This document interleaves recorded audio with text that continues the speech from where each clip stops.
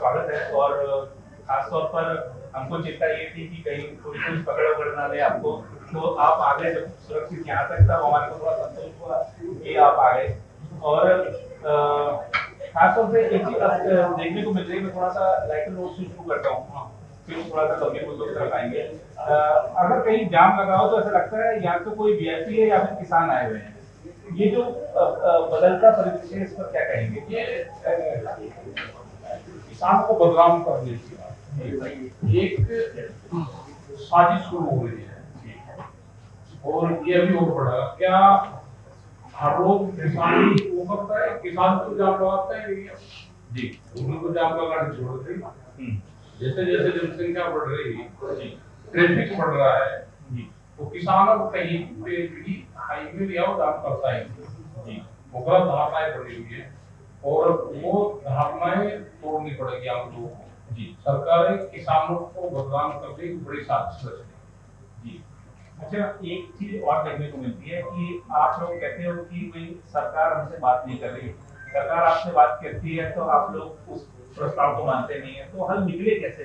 नहीं, कहाँ कर रही सरकार बात? 22 जनवरी 2021 को आखिरी बात हुई थी। दिल्ली में बैठ के जरूर कहते रहते हैं कि हम बात करेंगे, बात नहीं करती। आप करवा दो हमारी बात। प्रस्ताव अगर ये करने लगे आप अपनी जमीन छोड़ दो, आप हमको जमीन अपनी दे दो। क्या 2012-13 के बाद में महंगाई नहीं बढ़ी? आपकी तनख्वाह सैलरी कोई चीज नहीं बढ़ी? अगर किसान की जमीन अधिग्रहण कर रहे हैं तो उसका सर्कुलेट नहीं बढ़ा है। ये हमारी बड़ी डिमांड है। फसलों के दाम मांगने क्या वो गलत है? वो हमारी डिमांड है। लेकिन आपने कहा कि आपकी क्या आय नहीं बढ़ी, तो आय तो मेरे ख्याल से शायद 2022 तक आपकी भी बढ़ गई होगी, तो डबल। मैं बता रहा है क्या बढ़ गई हो भाई, दिल्ली के काम में जरूर बढ़ गई हो, किसान का तो बढ़ा जी। बिहार के लोग जाते काम क्यों करते हैं लेबर काम जी? वो वहाँ का सब किसान है जी। 2005 के बाद में वहाँ की मंडियां बंद कर दी जी, और बिहार लेबर स्टेट बना। या वहाँ के बच्चे पढ़ लिख के कुछ अधिकारी कुछ बन के नौकरी पे गए, लेकिन वो खेत खाली है उनके पास। मंडिया पूरा सेक्टर बंद हो गया। 8 रुपए किलो चावल आपको मिल जाएगा किसी को दिल्ली में, लेकिन उनका चावल 8 से 12 रुपए खरीद होती है। तो इसलिए बिहार को लोग छोड़ रहे हैं और यही हालात पूरे देश के होंगे आने वाले टाइम पे। अगर यही स्पीड से चलता रहा, आज खेत में काम करके देखो ना किसान के बाद दूध क्या सस्ता दूध मिल रहा है यहाँ के आम कंज्यूमर को, लेकिन 20 रुपया रेट दूध के भाव किसान के गिरे गाँव में। आज 40-42 रुपए का रेट होगा, पहले जो 60 रुपए तक जाता था। तो क्या हाल होगा? बाजार से दूध अगर किसान खरीदेगा तो सस्ता है, लेकिन अपना ही पशु पाल के और अपने घर में दूध का इस्तेमाल करे वो महंगा है। क्योंकि ये पॉलिसी है, जैसे टर्की एक कंट्री है, उसमें करीब 30 साल पहले सब पशु खत्म हो गए, यही पॉलिसी यहाँ पर होने वाली है। अच्छा, एक ही अगर हम बात करते हैं, आप भी अभी 2 दिन पहले तक नोएडा, ग्रेटर नोएडा में धरने प्रदर्शन आंदोलन में शामिल थे। शंभू बॉर्डर पे चल रहा है आज और भी किसान पंजाब से दिल्ली में प्रवेश करने का प्रयास कर रहे थे। तो आप लोग ये सब जो करते हैं, ठीक है, आपको अपनी बात, अपना अधिकार मांगने का आपको पूरा अधिकार है, लेकिन इससे जो आम जन को जो समस्या होती है, अब आप सोचिए कि खाली बस पढ़ लें कि कल किसान आंदोलन है तो लोग हिल जाते हैं। ये प्रेस के माध्यम से जो निगेटिव पेश करा जा रहा है किसान का, ये गलत है जी। अपनी बात कैसे कहें, किसको कहें, वो हमको तरीका बता दो जी। इससे ये नहीं कि खाली किसान तो अपनी आवाज उठा लगता है जी, लेकिन क्या सरकार की पॉलिसी से आप प्रभावित नहीं हो? आप दिल्ली में रहते हो, 10 साल पुरानी आपकी गाड़ी दिल्ली में चल नहीं सकती, वो गाड़ी कितने की होगी, कितने लोग उससे प्रभावित होंगे? यहाँ पे जुडिशियल जज है, वकील है, डॉक्टर है, या आम लोग है जो दिल्ली में नौकरी कर रहे हैं या एनसीआर में कर रहे हैं, उसको कितना नुकसान हो रहा है? उसका 10 साल पुराना वाहन उसका चलेगा नहीं, बंद करेगा, अगली बार आपको फिर खरीदना पड़ेगा जी। ये जो धीरे धीरे नुकसान हो रहा है, हम इस पॉलिसी के खिलाफ है, पूंजीवाद के खिलाफ है जी। हमारा 10 साल पुराना ट्रैक्टर नहीं चलेगा एनसीआर में जी, हमारे गांव में ट्रैक्टर नहीं चलेगा, 10 साल पुराना, उसको तोड़ो नया दो। तो ये पूंजीवाद है, हम इसका विरोध कर रहे हैं।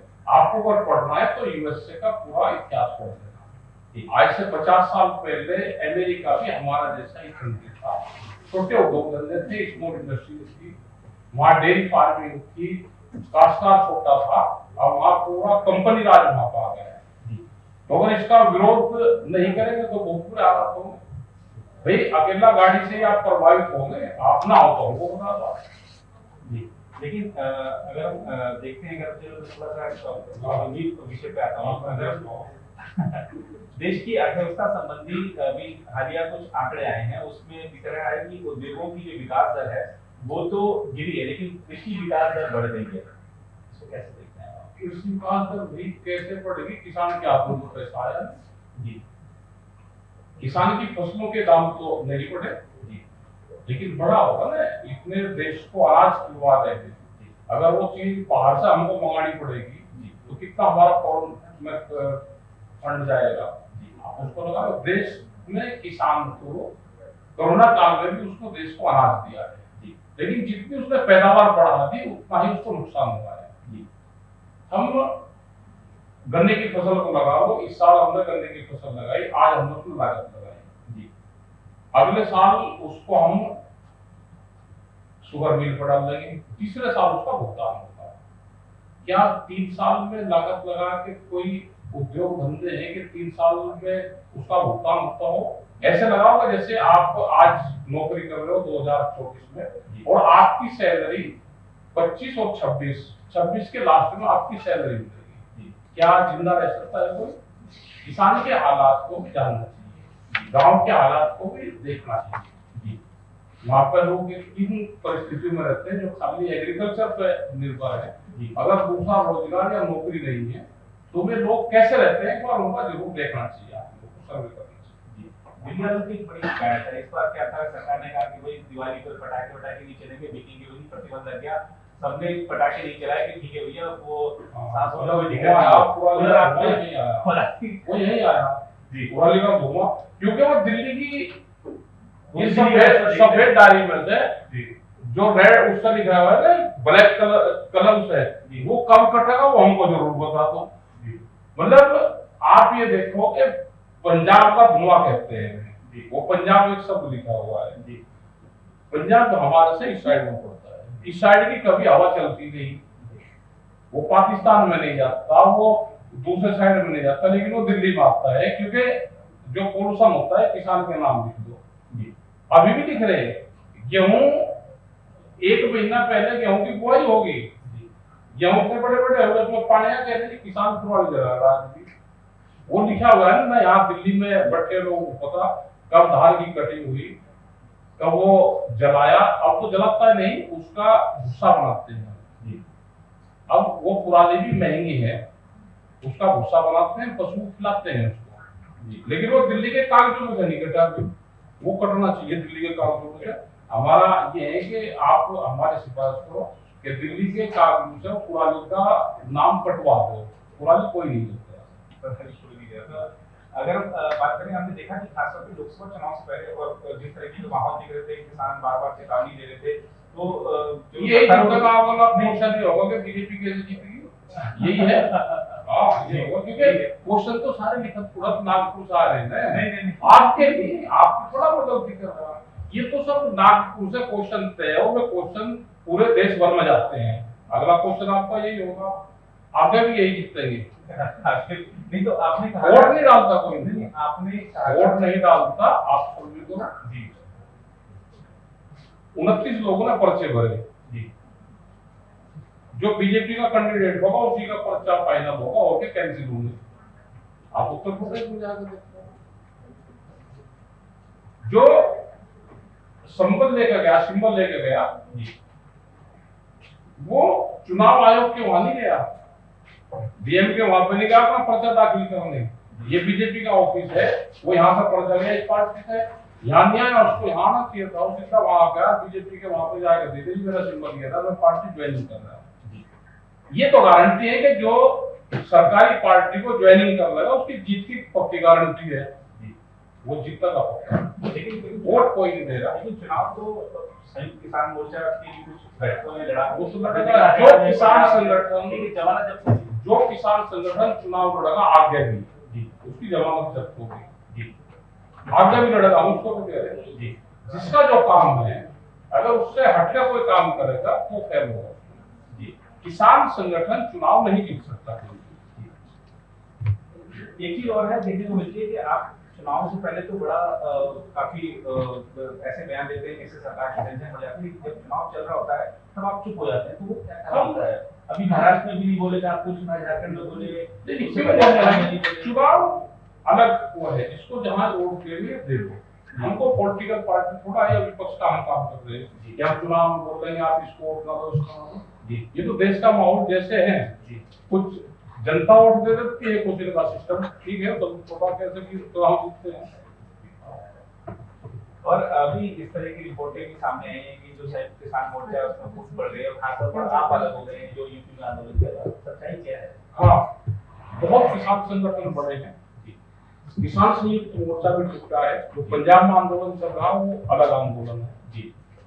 और भी किसान संगठन बढ़ेंगे, सरकारों की पॉलिसी है कि डिवाइड करो जी। अभी और किसान संगठन बनेंगे जी, अभी गांव-गांव के किसान संगठन बनेंगे, अलग-अलग फसलों के किसान संगठन बनेंगे, अभी बनेंगे और टूटेंगे अभी किसान जी। बिल्कुल सही बात जी। तो लेकिन ये आपको लगता नहीं कि जैसे अब जो स्थिति बन गई है कि जो जम्मू बॉर्डर पर बैठे हैं उनकी डिमांड्स कुछ और है, यूपी वालों की डिमांड्स कुछ और है, तो इससे नुकसान किसानों का हो ही रहा है? और नुकसान होगा, जब तक नुकसान नहीं होगा जी तो और ज्यादा नुकसान होगा जी। हमने ये कहा कि सब लोग इकट्ठा हो जी और अपनी बात सरकार तक इकट्ठे रखो जी।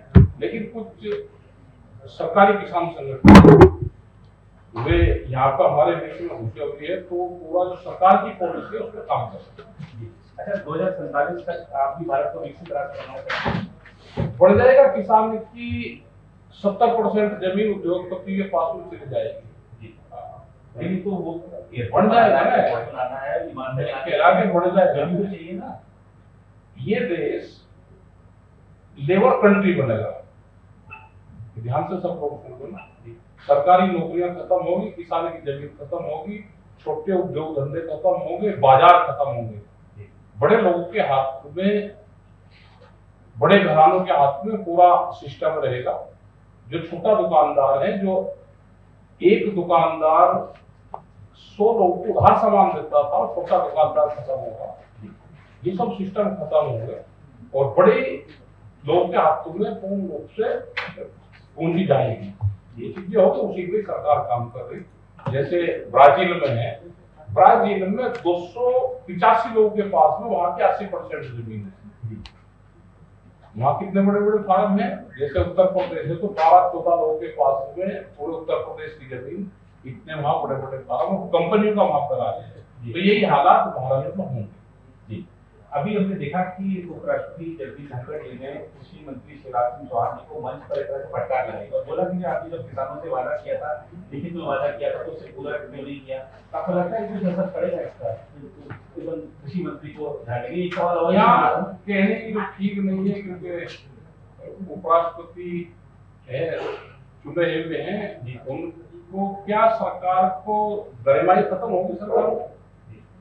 उपराष्ट्रपति से सरकार बयान दिलवा रही है, मतलब विपक्ष का काम था वो अपने लोगों को पक्ष और सत्ता पक्ष अपने वहां कर रहे हैं, तो गरिमाओं का ध्यान रहना चाहिए। यहाँ एक शब्द सरकार के बगैर, एक शब्द उनका अधिकारी, नेता और मंत्री नहीं बोल सकता, उपराष्ट्रपति नहीं बोलता।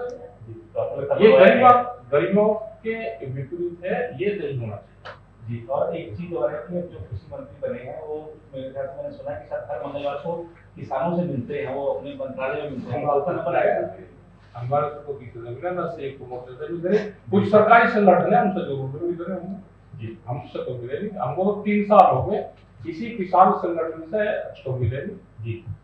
अच्छा, एक चलते चलते क्योंकि और भी एक प्रश्न और है कि हम देखते हैं जब हम सोशल मीडिया आप भी बहुत यूज करते हैं, जब देखते हैं कि ट्रैक्टर आ रहा है, वो ट्रैक्टर में आधुनिक यंत्र तंत्र लगे हुए हैं और वो ऐसा भी लगता है कई बार कि वो लड़ने आ रहा है, जैसे वो किसी ने टैंक उतार दिया हो। तो ये मॉडिफिकेशन क्यों करते हैं और इतना पैसा आता कहाँ से? आपका कौन सी गाड़ी है? मैं तो मेट्रो नहीं कौन नहीं ऐसा नहीं, अगर प्यार से बता कौन सी गाड़ी है आपकी? नहीं अभी ये भी बता दो ना, मंथली गाड़ी सबसे सस्ती गाड़ी कौन सी होगी? मारुति होगी। कितने की है? ऑल्टो कुछ भी लगा कौन सी है, कितने की आपकी होगी? ये तो होगी 4-5 साल के बाद। तो 5-6 लाख रुपए का ट्रैक्टर आता है। लेकिन उसमें जो आगे जो चीजें लगी हुई है वो तो बताते हैं। अच्छा बगैर उसके या दिल्ली मानती है क्या भाई? बगैर उसके दिल्ली मानती हो तो बताओ हमको। कम से कम एक तो होगा कि ट्रैक्टर एक पहचान होगी किसानों की जी। वो तो 30-40 हजार रुपए में उसको मॉडिफाई करवा लेते हैं, और जो बच्चा ट्रैक्टर चलाता रहेगा वो कोई जमीन नहीं बेचेगा, वो मिट्टी से जुड़ा रहेगा। बहुत धन्यवाद स्मृति कैथी, और आपने खासतौर पर आज के व्यस्त दिन में सबका परिचय भी हो रहा है, आपको सबका धन्यवाद। जय हिंद, जय भारत। अगर आप भी लेना चाहते हैं देश दुनिया की तमाम जानकारी तो आज ही सब्सक्राइब करें हमारे चैनल को। साथ ही नीचे दिए बेल आइकन को जरूर दबाएं ताकि हर अपडेट आप तक पहुंच सके।